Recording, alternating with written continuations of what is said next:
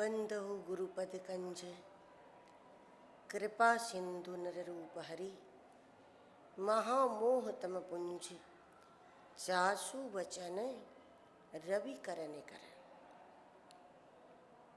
गुरुदेव को कृपा सिंधु नर रूप हरि कहकर भगवान नरसिंह बता करके ये बताया कि जैसे भगवान नरसिंह ने हिरण्यकशिपु के भीतर जो मैं पड़ा था उस मैं को, उस गांठ को निकाला, उसी प्रकार सद्गुरु कभी नकारात्मक रूप लेकर के, आक्रामक रूप लेकर के, रौद्र रूप लेकर के शिष्य के भीतर मैं पड़ा है, उस मैं का ऑपरेशन करेंगे और मैं को निकालने के लिए वह नरसिंह बनेंगे, आक्रामक बनेंगे। और तभी वो गांठ निकल पाएगी। और यही कारण है कि अगर उनके शिष्यों के मन में अपनी उपलब्धि का, अपनी खूबियों का, अपनी विद्वता का, अपनी बुद्धि का, अपनी धन संपत्ति का अगर घमंड है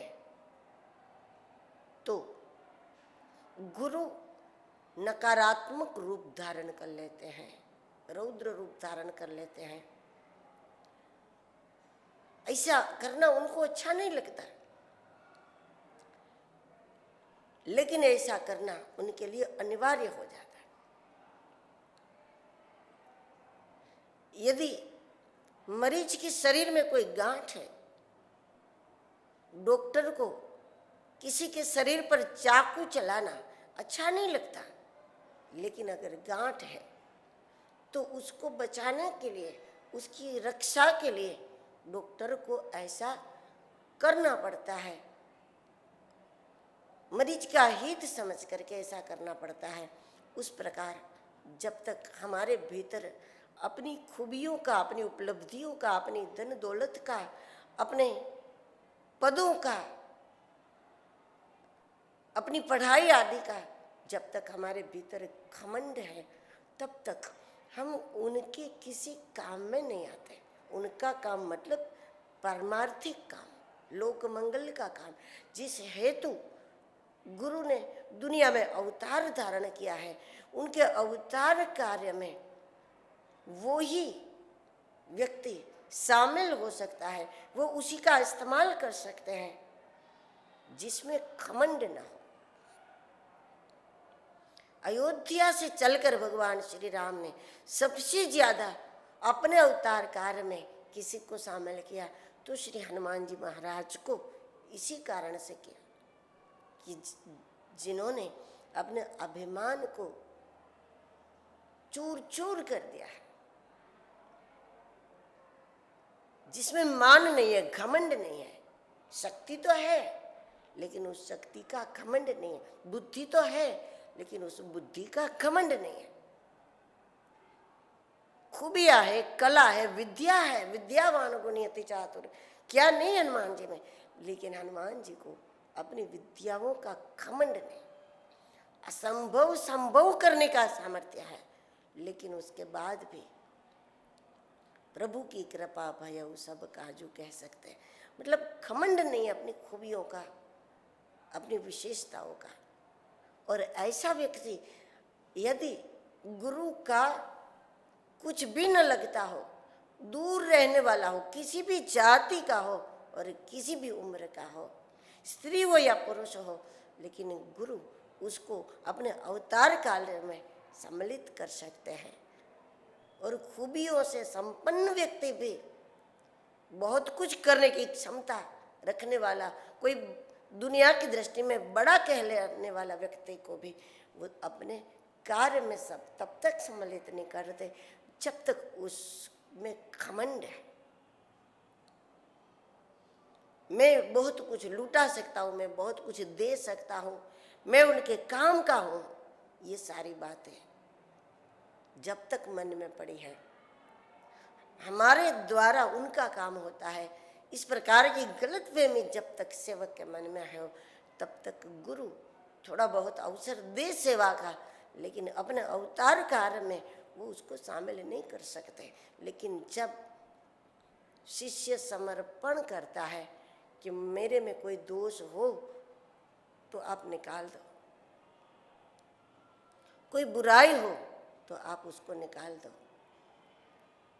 आप हमारे शुद्धिकरण के लिए, हमारे अंतःकरण के शुद्धिकरण के लिए चाहे जैसा रूप धारण करोगे, लेकिन हम हटने वाले नहीं हैं, हम यहाँ से जाने वाले नहीं हैं, हम यहाँ से हिलने वाले नहीं हैं। इस प्रकार की निष्ठा के साथ जब हम समर्पण कर लेते हैं गुरु की शरण में, और उसके बाद ही तो गुरु नरसिंह रूप लेकर के हमारे भीतर के मैं को निकाल सकता है। मरीज पूरी तरह से समर्पित हो जाता है। मरीज के परिवार जन भी डॉक्टर के उस कागज पर साइन कर देते हैं कि परिणाम जो हो हमें मंजूर है, चाहे सफल हो जाए, चाहे ऑपरेशन असफल हो जाए, परिणाम कुछ भी हो जाए,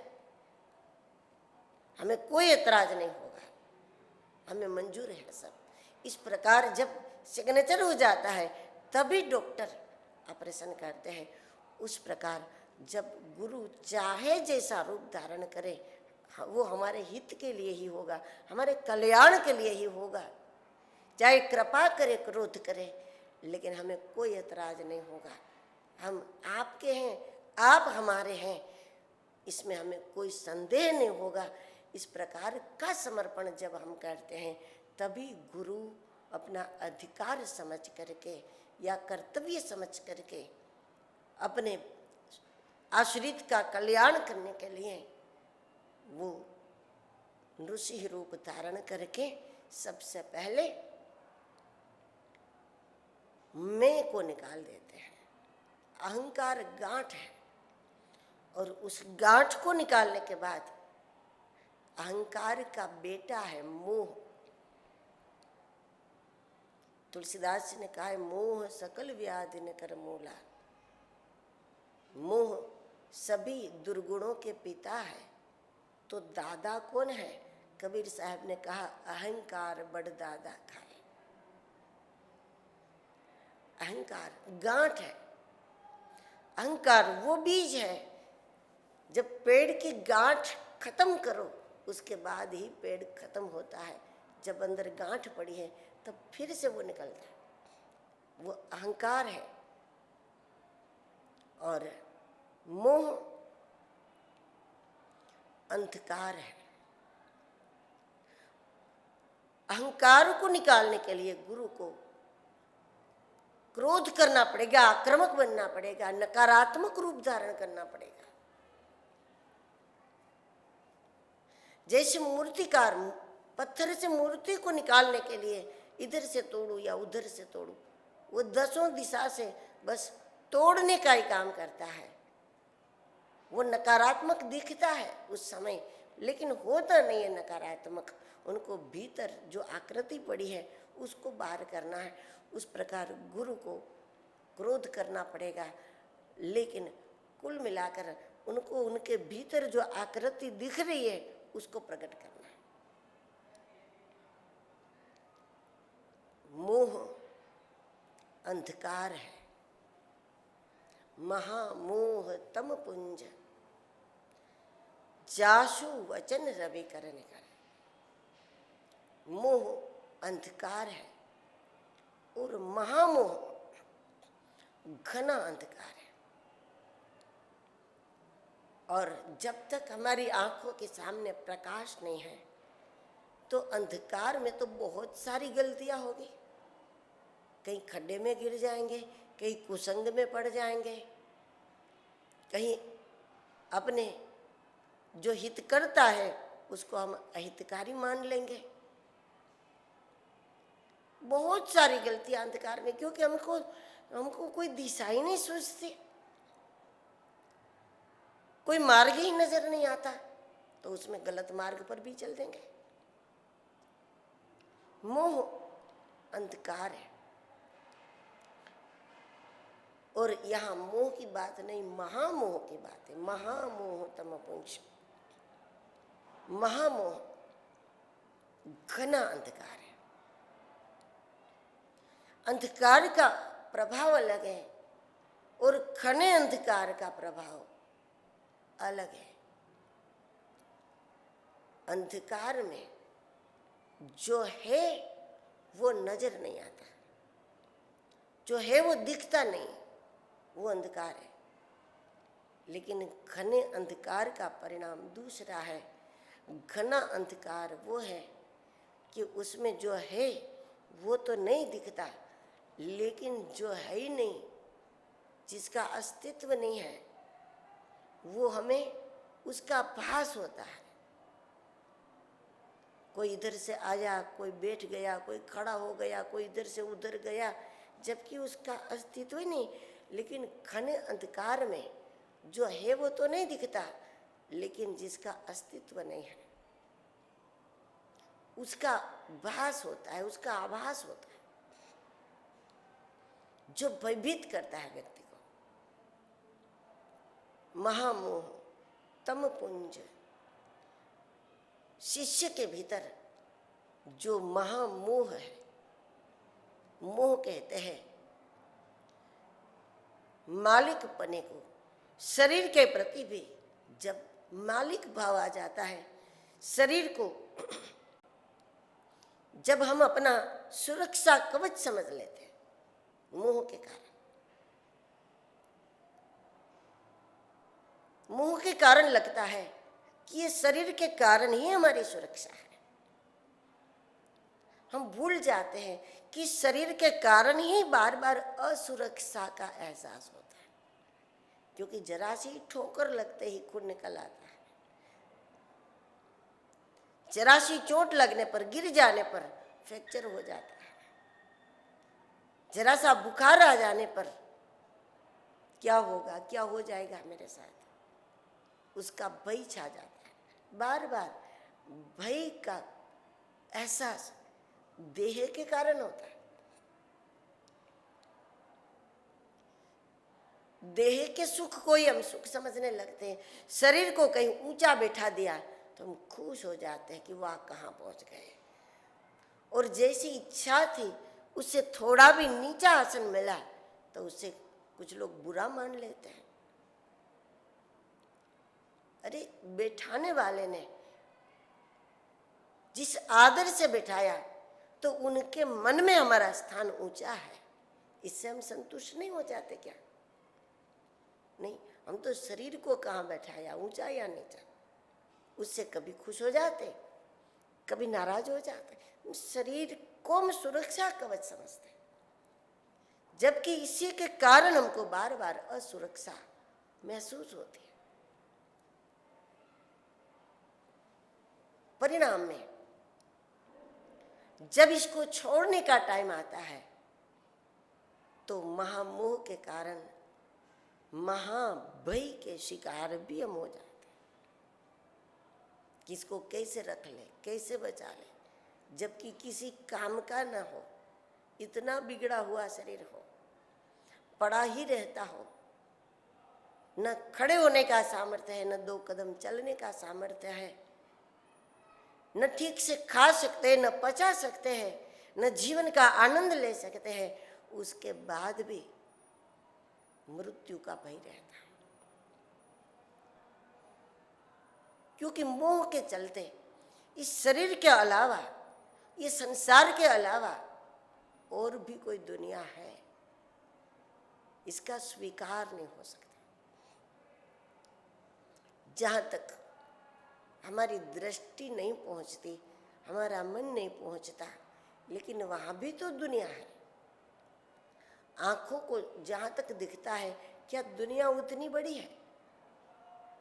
आँखों की तो एक अपनी रेंज है, वो जहाँ तक देख सकती है, लेकिन उससे आगे जहाँ हमारी दृष्टि नहीं पहुँच रही, दुनिया तो वहाँ भी है।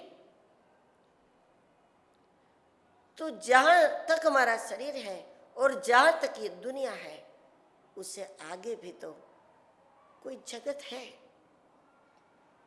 मोह के चलते, महामोह के चलते मृत्यु का महाभय हो जाता है। परिणाम रूप न जीवन का आनंद लेते हैं और न मृत्यु की हम तैयारी करते हैं। ये अंधकार है, महामोह तम पुंज। और अंधकार को मिटाने का एकमात्र उपाय है, और वो है सूर्य किरण। रात्रि में कितनी भी ज्योत जला लो, उस ज्योत के प्रकाश में काफी कुछ नजर आता है, लेकिन लाख ज्योत जला लो, वो सूर्योदय की बराबरी नहीं करते। सूर्योदय का प्रकाश अपने आप में अद्भुत है।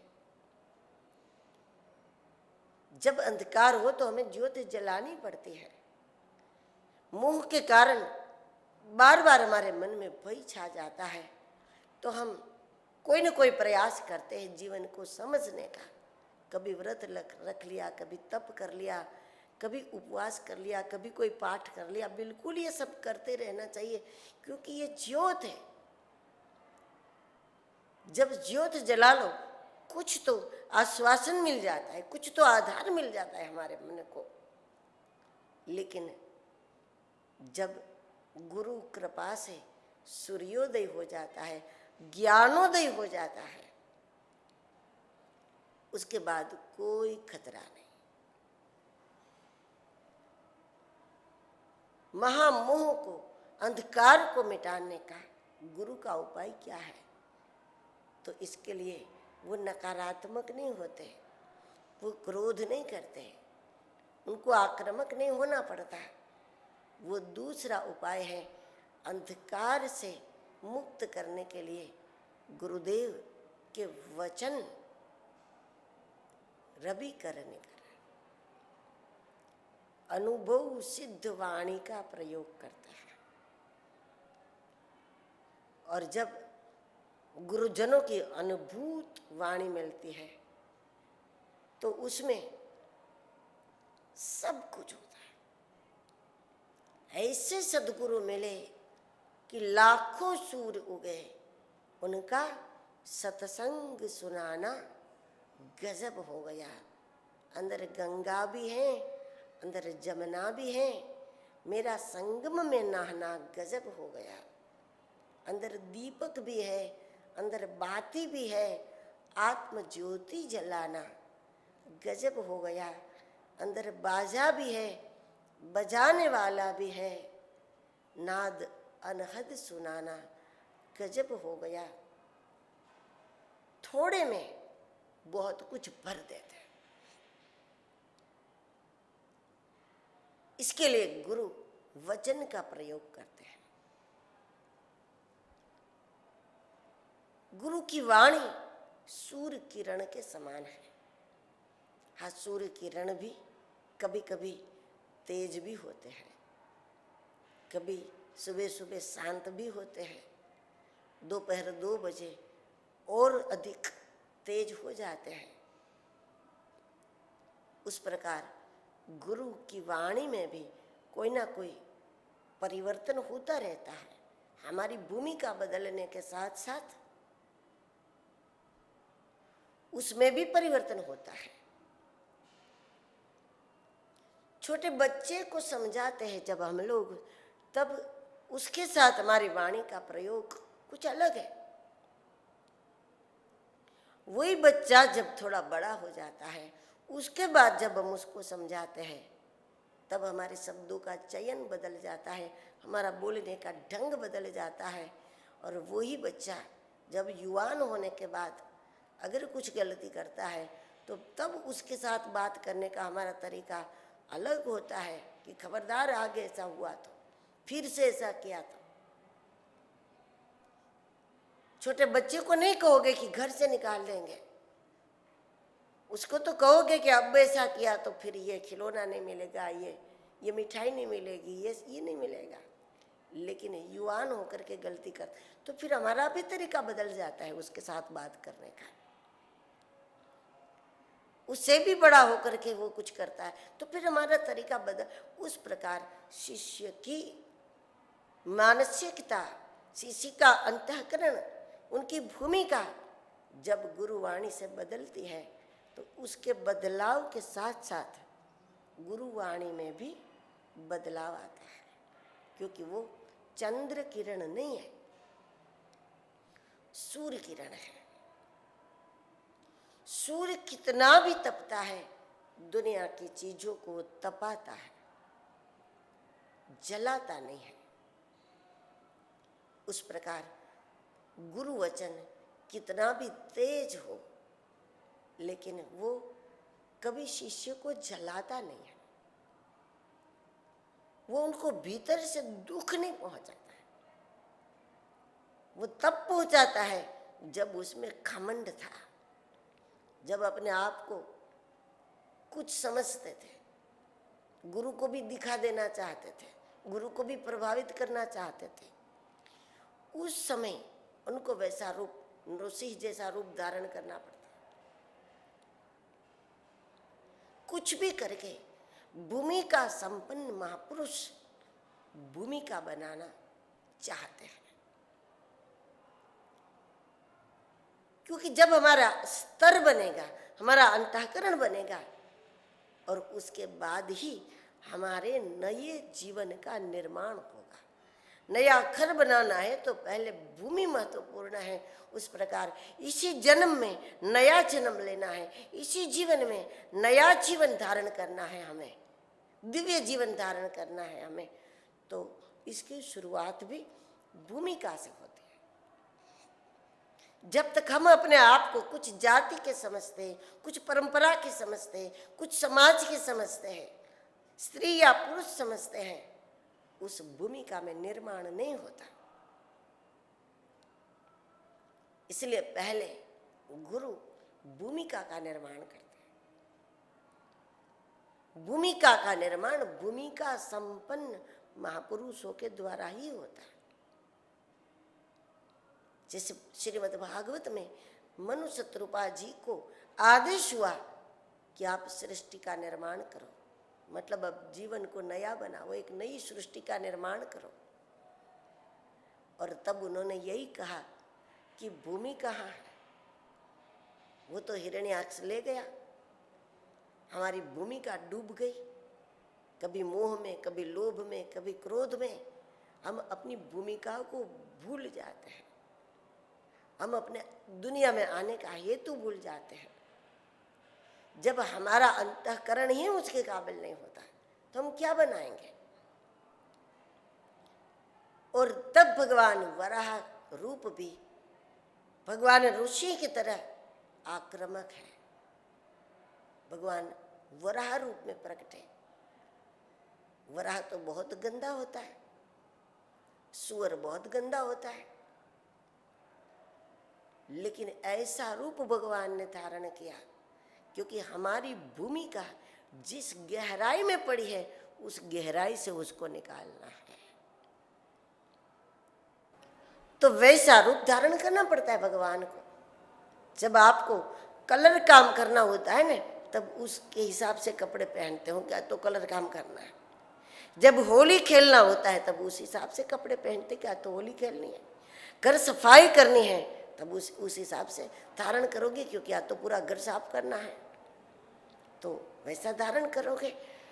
उस प्रकार शिष्य की भूमिका तो थी, लेकिन दुनिया के संग में आकर के उसकी भूमिका संसार की वासनाओं के जिस कीचड़ में फंसी हुई है, उस कीचड़ से उसकी भूमिका को प्रकट करने के लिए, और कीचड़ में तो सुअर जा सकता है। जिस गहराई में कांटा पड़ा हो, सुई को उससे भी ज्यादा गहराई में जाना पड़ता है, तब निकलता है हमारी अंतःकरण की भूमिका।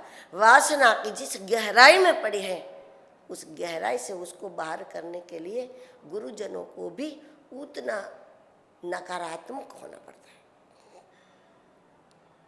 तब भूमिका बाहर आती है हमारी। तो भूमि का बनेगा, तभी हमारे नए जीवन का निर्माण होगा।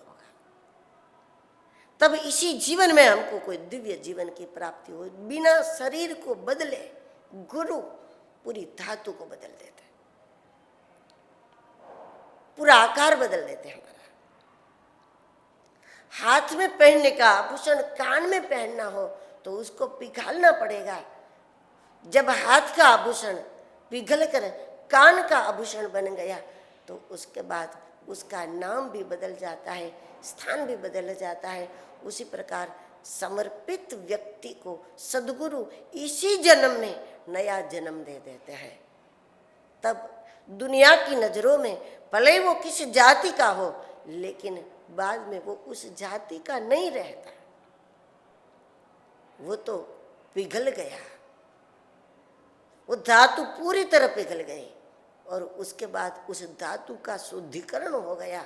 और उसके बाद उसी धातु का जब कोई दूसरा आकार बन गया, तभी तो जब कोई गुरु की शरण जाता है और संन्यास लेता है तब नाम भी बदल जाता है, रंग बदल जाता है, काम बदल, सब कुछ बदल गया, क्योंकि हाथ का आभूषण अब कान का बन गया है।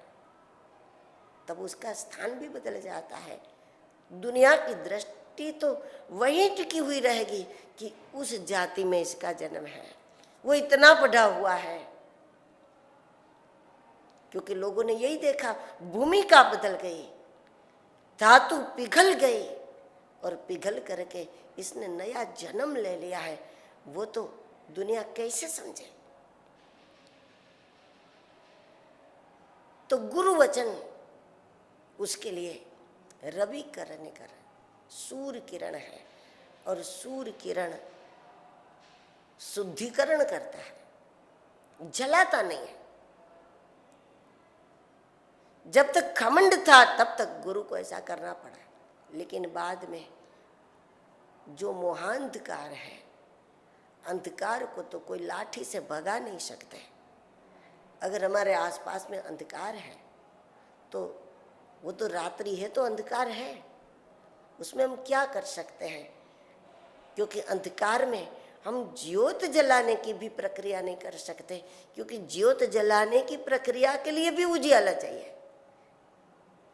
हमें माचिस ढूंढनी है, कैसे ढूंढेंगे? हमें दिया ढूंढना है, हमें बाती बनानी है, हमें उसमें तेल भरना है। न तो अंधकार में हमको तेल दिखता है, न तो हमको बाती दिखती है, न तो हमको माचिस दिखती है, न तो हमको दिया दिखता है। तो दिया जलाने की प्रक्रिया के लिए भी तो एक प्रकाश की आवश्यकता होती है। वो तो केवल कृपा से ही बात बन सकती। यह गुण साधन ते नहीं होए, महामोह तम पुंज जासु वचन रवि करने कर। गुरु वचन शिष्य को इस प्रकार का प्रकाश देता है। गुरु की कोशिश है कि जो उनकी अनुभूति है वो अनुभूति उनके शिष्यों की हो जाए। इतने से वो संतुष्ट नहीं होते कि वो अपना अनुभव बतावे, अपनी अनुभूतियां बता दे, इतने से संतुष्ट नहीं होते। उनकी कोशिश है कि जो अनुभूति उनकी खुद की है वही अनुभूति शिष्य की हो। उनको जगत जैसा दिखता है वैसा उसको दिखे, और इसका उपाय उनके पास है, वो है वचन, सूत्रात्मक वाणी। प्रत्येक वाक्य मंत्र हो, हर बात मंत्र हो, हर बात बहिर्मुख को अंतर्मुख करने वाली हो, हर बात मन के अंदर ले जाने वाली हो, हर बात मन का शुद्धिकरण करने वाली हो। वो सब मंत्र मन के अंदर ले जाने वाले, हर सूत्र ऐसी वाणी जो सूर्य किरण है। ऐसा कह करके गोस्वामी जी अब यहाँ से गुरु वंदन के बाद रामचरितमानस में चौपाइयों का यहाँ से श्री गणेश करते।